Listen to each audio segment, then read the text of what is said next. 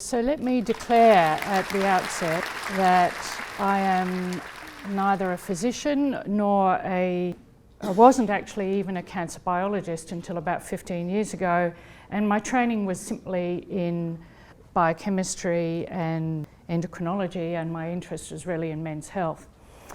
But when I started on the field in prostate cancer, I started with the surgeons, and here is pictured Mark Frydenberg. He's been my colleague for a number of years since he first took the position of head of urology at Monash, which he no longer holds.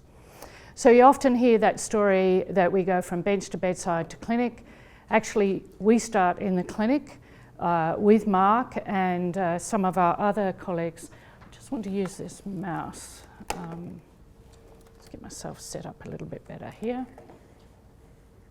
And some of the other colleagues now at Peter Mac, but essentially we're working with surgeons all the way around town and overseas.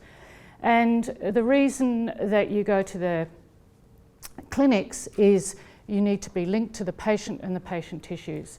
We, again, spend a lot of time with the patients and their consumers, explaining to them why we wish to work with their specimens and why they're so important.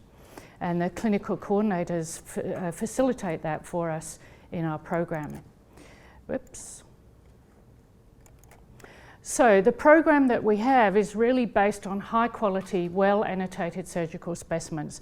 This is absolutely critical to everything that I do. And the reason I do this is because our cell lines are old and they're often grown in 2D on plastic. And please don't get me to review your grants on if you use L-cap cells, because I won't like them. And it's just amazing what a workhorse these cell lines have been. But the problem is that they're outdated. Mice don't get prostate cancer, and even if they're genetically modified, the progression is such that it really doesn't mimic the disease that we want to actually study. So cell lines and mouse models are out, so you really do have to have specimens. Let me emphasize again this. I think the previous speaker said it very clearly as well. But L-caps are one of the most common used cell lines, PC3s, DU145s. This is the Google Scholar metric showing how many articles each year cite the use of L-caps. Now, why am I so averse to those? Well, let's just look at the patient history. The patient was diagnosed with metastatic disease in 1976. He'd been given oral estrogen therapy, he was castrated, and then he basically went on to die, even though he had a bit of treatment with platinum, but the biopsy itself was collected just before death. This has been a workhorse for the prostate cancer field. But contrast to the type of patient treatments that we have now. These are two patients that come out of our cohorts. And what happens with these people is they now have GnRH analogues to suppress their androgen levels. They're given an AR, an androgen receptor antagonist to block androgen signaling. They're then usually given chemotherapy of various different types. They may then get a second, stronger androgen agent that blocks the androgen receptor. Abiraterone and enzalutamide have come in the last 10 years or so. And so the landscape looks really, really different. And you need to use contemporary specimens if you want to find treatments for contemporary disease. So we set about setting up what we call the mural collection of patient-derived xenografts. There are many of us who are involved in this, including Renee Taylor, who co-runs this facility with me. And essentially it was get the best, highest quality specimens and then xenograph them in mice. I actually learned how to do tissue recombination to manage the development of stem cells, and one of the things we had to do was to actually graft under the kidney capsule, and that's what we do, and we are able to generate these tissues relatively easily, at least for the first generation. So there's about an 85–90% take rate for the first generation, but as you try to serially transplant, that falls to about 2 to 5%. So it's a very different thing to use these serially transplantable models, but I'm going to talk about what we can do with the first generation. So the protocol's been very well developed. This is the pathology mapping of the specimens that we get. We have a very standard operating procedure for kidney capsule grafting, and this is what the grafts look like. And you basically have human tumours in the mice that you can then use for discovery. So these are really the tools of our trade. They actually underpin pretty much everything we do, and obviously preclinical drug testing, and I'm not going to talk about that today because that's another story. But the concept is really important, because if you look at the progression of prostate cancer, just measuring it in tumour burden or PSA, you have newly diagnosed disease. Then most of those men are cured with surgery, or they don't need surgery. They can go on to active surveillance. But some of them actually progress. The tumour recurs. They're given androgen deprivation therapy. We've done that for 60 years, 80 years, no, 60 years. But we cannot still cure prostate cancer. And they go on to develop castration-resistant disease and ultimately die. So the type of tumour that you're looking at here, which is resistant to multiple drugs, is very different to the one that you're looking at in early stage diagnosis. So we have various different ways in which we get these tumours. So I attend the weekly MDM at Peter Mac, where we're actually able to select out the patients that we want for the specimens, and there are other MDMs that we go to around town to get that. We set up a cancer donor program at Monash that gets tumours from men very close to or immediately after death. And there's the rapid autopsy program that run out of Peter Mac as well. So this is a way in which we can get very nice targeted specimens. So what are the sorts of questions that we're going to ask? And I want to demonstrate to you today what we've actually been able to do with the back here in the localised disease, just using the G1 tumours, not the serially transplantable. So the question that we ask here is, what are the clinical, molecular, biological features of the tumours that are most likely to become lethal, and what are we going to do to be able to treat them?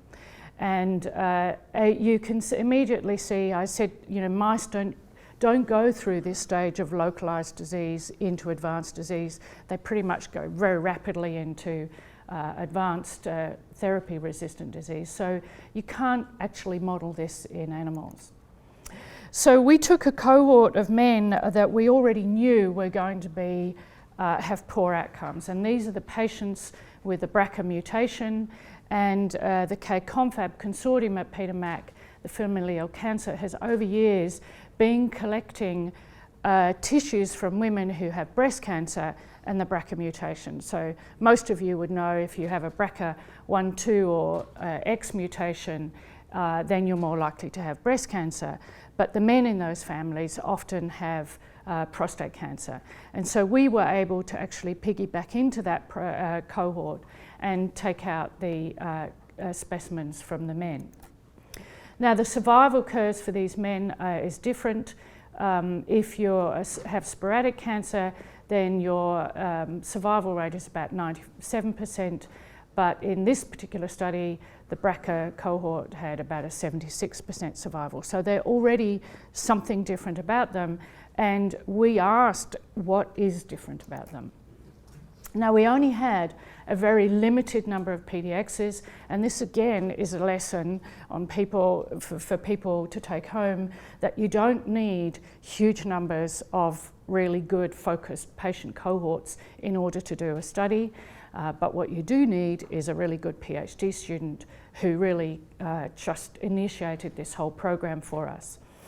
Roxy comes out of the stem cell biology field, and she was told to go away and do the PDXing on these BRCA patients. And you can see we only actually had 8 BRCA2 carriers that we took the specimens from. She PDX'd them. Again, the success rate wasn't very good. We ended up with 7 patients that we could take through and engraft successfully.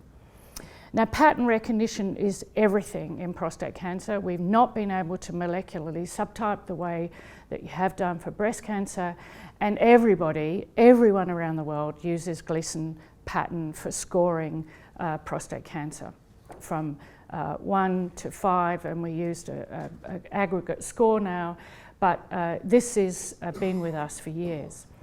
But what people often don't remember is that there are many other subpathologies that exist, and often they are reported, but sometimes they're not. And I have a mantra in the lab: you have to know what you grow. If the students or the staff are growing things, I actually want to know whether the cells look like the tumours that we originally took into the lab. And so Roxy came along. She did her PDXing or xenografting of her BRCA patients, and she came back and she said to me, here's my PDX. I have regular adenocarcinoma here, and I can tell you what grade it is and how it relates to the original specimen that we have. But I have something here that I do not know what it is. And I said, fine, go back to the pathologist and figure out what it is. And she did, and it was called something intraductal carcinoma of the prostate. It's because the tumour has a big cribiform pattern. It's growing in the ducts of the epithelium, and here are the basal cells lining the epithelium, and you would never see that in an adenocarcinoma. Adenocarcinoma breaks through the basal barrier, invades into the space, and one of the hallmarks of the Gleason patterns is that you don't see these basal cells anymore. But they were present, and there's a whole lot of criteria by pathology by which you define these subpathologies, intraductal carcinoma of the prostate being the one that we're investigating. We went through that and confirmed that that was what we had. But the BRCA patients' records did not report IDCP at pathology. So we went back into the cohort, and we said, well, how many of these BRCA patients, BRCA2 patient carriers, actually had IDCP? We had only 33 BRCA patients, but we had 32 sporadics non-affected tested as being BRCA mutation non-carriers. And we were able to compare them, and very nicely we showed that the incidence of IDCP in the BRCA2 carriers was much greater than it was in the sporadics. So it hadn't been noted, but it was there when you went back and looked for it. But the thing that we found out was then we went back and looked at the survival, because we've got all the patient records and the follow-up. This is the survival curve now out to 10 years. In our cohorts, this is the sporadic cohort, almost 100% survival. This is our cohort with BRCAs, where the marked decline is after the 5-year mark. But look what happens when you have IDCP plus the BRCA carrier mutation. This is just a horrible survival curve. And basically the hazard ratio was 16.9. That means you're 17 times more likely to die if you've got 2 of these things working together in those patients. So clearly what we had found in the tumours in terms of this subpathology was significant, but the discovery was simply done by looking at a patient tissues and grafted into the renal capsule of the mice and studied very carefully by the student. This then drove a whole collaboration internationally with the ICGC leader of the prostate cancer group, Prof Bristow, who's a very old friend and colleague of ours, and we did this molecular study with them to actually look at some of the evolutionary trajectories of these BRCA patients. Now, when you go into ICGC, already the fact that we'd found these two subpathologies sitting side by side in the tumour specimens directly changed how we did those genomic studies. Because what you would have done before was to take your tumour specimens, grind it up and do the sequencing on it. So I said to Rob, let's do it a different way. We can identify adenocarcinoma, we can identify Idc P, we'll macrodissect out the two different regions, and we'll do the sequencing on the two different regions. So there are only 14 patients in this study, and we did copy-nummy whole genome and 450K methylation arrays, but the design was now different. So for 5 of these men, you had regular adenocarcinoma and introductory pathologies separated out and analysed. You had another 6 where we did not know it was a mixed pathology in those, and we had tumours here where we didn't know whether IDCP was actually present. So, but again, by going into this big consortium, we were then able to draw on the sporadic tumours that Rob took out of that group that he knew had introductal, because introductal carcinoma occurs not just in BRCAs but in sporadic patients, and we were able to again separate them out and do a really nice molecular analysis. And I'll go through this really very, very quickly because the data is there. But basically the landscape of the BRCA studies show that the genome aberration is much greater than in the sporadics, and here are the mean levels in the BRCA versus the sporadics, because they had several hundred sporadic patients relative to our few 12 to 14. The genomic changes were evident, so this is BRCA patients with the different chromosomes, looking at copy number gain and loss, and you expect to see, and the top bars show the relative differences between BRCAs and sporadics, and there's a region around chromosome 8 which was true in the a region that was different in patients with breast cancer, but what we saw for the first time was that there were significant losses in chromosome 3 associated with particular genes that we went on to look at, but that again was a very novel finding. As you can expect, there are some genes that were altered more in BRCAs versus sporadics, and interestingly this was loss of function of MYC, MEG12 and gain of function of MYC and loss of RB. But there were some other genes that were similarly similar losses and gains as the BRCAs. We saw some really good new genomic rearrangements. I'm not going to go into the details of where they were, but visually you can see these are the BRCA2s, these are the Circos plots showing the genomic rearrangements in the BRCA2s versus the sporadics, and the difference between the two sporadic groups where this is men who are under 50 versus men who are over 50, and you have to remember that the BRCA2 mutation carrier patients are usually slightly younger than the equivalent in the sporadics. There was global hypomethylation shown on the 450K arrays, crude analysis but still good enough to show. The top black bars represent the BRCA patients and the bottom or the sporadics, and basically purple means that or less purple means that they were hypomethylated. So there was genomic instability, global hypomethylation, and the pathway differential analysis showed that it was to do with neuronal differentiation.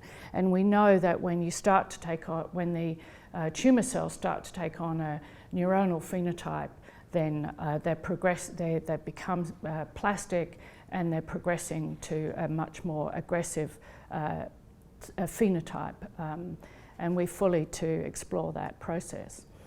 But let me summarise the details, because this is your take-home message. If you again look at this diagram of going from local to recurrent androgen advanced disease to castration-resistant disease. What our molecular studies identified was that both with adenocarcinoma and IDCP, we could see this significant molecular aberrations right at the get-go, because this is where we got our specimens. And this is in contrast to what you see with the sporadic tumours, where early on you might get loss of P53 and P10, but it isn't until the patients have been treated with multiple lines of treatment that you start to see this global genomic instability. So pictorially, what I'm trying to demonstrate to you is right from the get-go, these BRCA patients' tumours were horrible.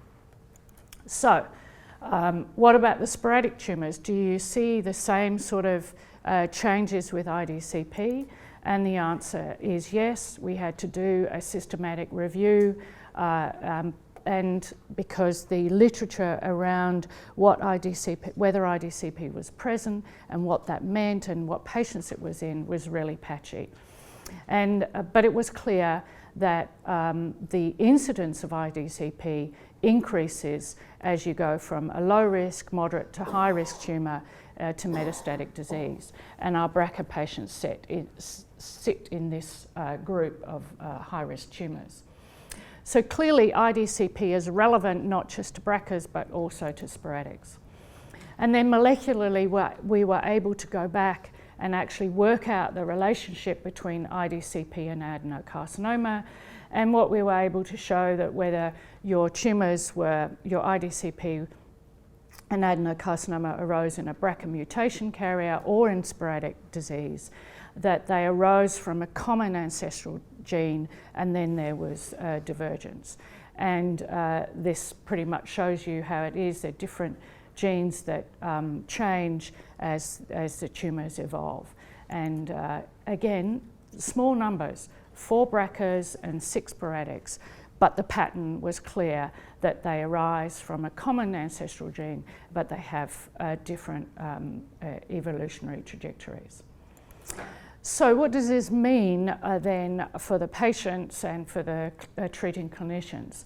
Well, the most impact, or the most immediate impact, was on the pathologists, because IDCP, as I told you, is not part of the Gleason patterning, which is mandatory in terms of reporting.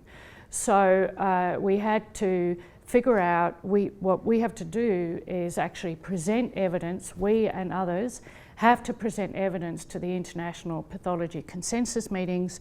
They arise every year, and we've got 2 really good Australian pathologists on that international committee, and they and others are trying to work out how to get IDCP into that reporting process.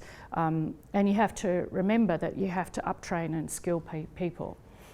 In Victoria, you're very lucky because 70% of patients with prostate cancer go through TissuePath. It's a private pathology company that we work with, and TissuePath are really experts. But even they had to retrain their 15 pathologists to recognise IDCP. They report it and they do it accurately. This is just flagging for you that, you know, to roll something out from a really specialist pathology group to the rest of the world and to our regional centres is another challenge for another day. But clearly that process has started. For the urologists, Mark and Declan that I work with, they pretty much, and I know because I go into the MDMs now, they ask whether IDCP is present. And if they have patients who are BRCA patients who have low-grade, low-volume tumours, they will not put them on active surveillance even though they would qualify that. They would always treat those patients. So already the BRCAs are being changed. And it's basically because in their mind now they know that molecularly these tumours are never good right from the start. But what can we do to improve the treatment of these patients? So this is where we now come back in again, because we then decided to take our specimens from 11 patients, regraft them. We made hundreds of grafts. We were never able to serially transplant them, but we could actually do something with the G1 tumours that we were able to do. We had a really talented student, and this is the work that she did.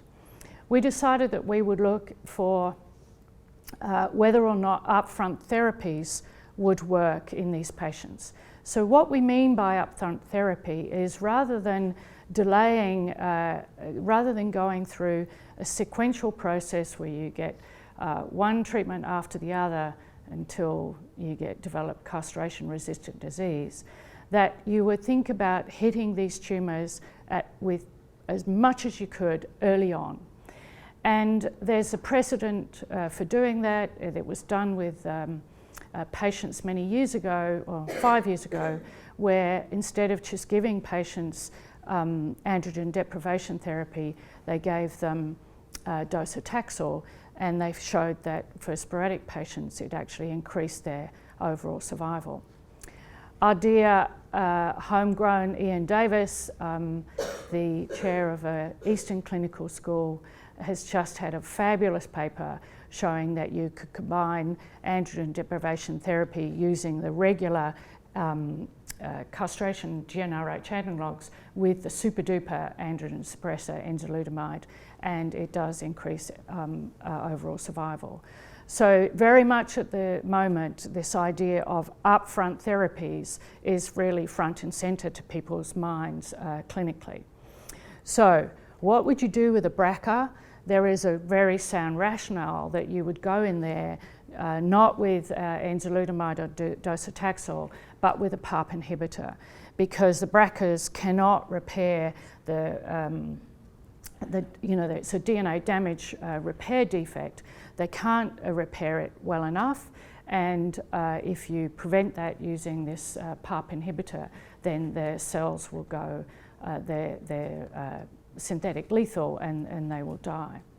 So we set this paradigm up using our grafts, giving them either a vehicle or, in this case we used Eleparab, one of the PARP inhibitors that is commonly used in preclinical studies. So what happened? Well, here's the BRCA mutation carriers. This is tumour volume or cell proliferation in the vehicles, vehicle-treated BRCA tumours or the Eleparab, and clearly those BRCA mutation tumours are sensitive to the PARP inhibitor. And not as you would expect, if you use a regular sporadic with no DNA damage repair defect, then they weren't sensitive to Eleparab. So, again, there's a proof of principle that one of the things you might want to use up front is the PARP inhibitor with androgen blockade.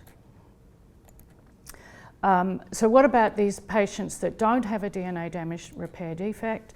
Well, we went back to what we called our Idc P man. So this was a man where we knew that his tumours were really enriched for the component of intraductal carcinoma. He had various different types of androgen blockade and chemotherapy. He progressed very quickly after diagnosis and was dead in a little over a couple of years. But we were able to get two specimens, one at the time of diagnosis, his radical specimen, and a second one was the bone metastasis in his MET, in his spine, when he had palliative resection. So we had these matching specimens that we were able to look at. And what we did was to look at the primary specimen and its response to, in fact, in this case, enzalutamide and apalutamide.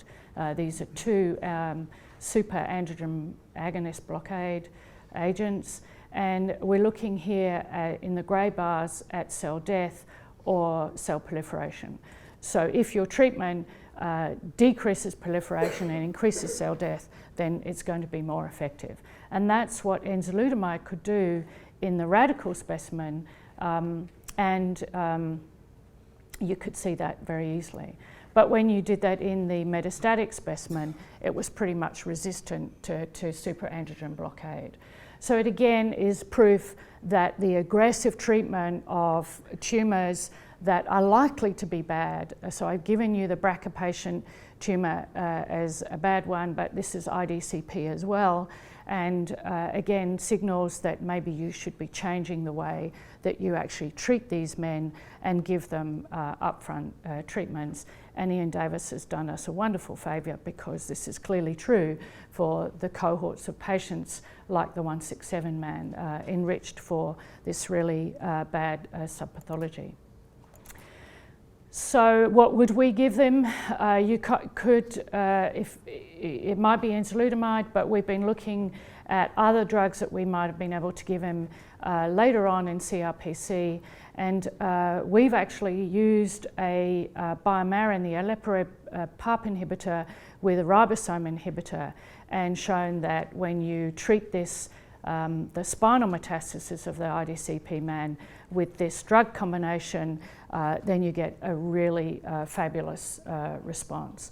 And again, it harks back to another talk that I would give, where it's combination therapies that we need to find now, not just simply androgen blockade. And here is a type of combination therapy that we would use for that men with end-stage disease.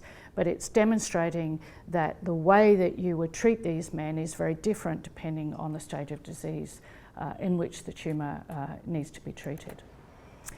So in conclusion then, I'm going to reinforce again what the previous speaker said, that you must have the best preclinical tools.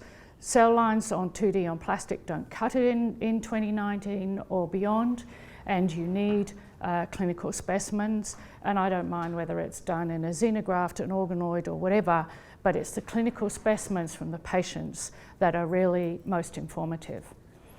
They are difficult, and part of the reason that we're in an international consortium and we only have 30 serially transplantable PDXs. As I said, we have many one-time PDXs, but the serially transplantable are incredibly difficult. But I have 30, and the two sites at Seattle and Hopkins have 20, 10 each, but together we've got 50, 60, and that represents the most that are available worldwide. And we formed a consortium to be able to do this. And again, you must have your tissues linked into registries or have clinical records, and you've got to be going backwards and forwards with the clinicians and the pathologists all the time while you're doing this work. I've shown you how really fundamental discoveries from a student looking at a xenograft can actually set off a whole train of activity. It is simply a research discovery that was not seen in the pathology from those diagnostic records, but it will, the work that we do will also guide and inform how you might set up the clinical trials, and that again is very evident. That's clear, the path that we've been going down with those particular patient specimens. And then overall, I have a collaborative program. They include my students. My student started this work on IDCP. It's just, they are the lifeblood of any research group, but you must work with your different specialists, and most of all, you need to generate yourself clinical cohorts or have access to clinical cohorts. They don't have to be hundreds and hundreds of patients. They can simply be 4, 10, 12, but if they are really highly defined and very focused, you can get very meaningful information out of them that might then be relevant to the wider population, but that will become evident.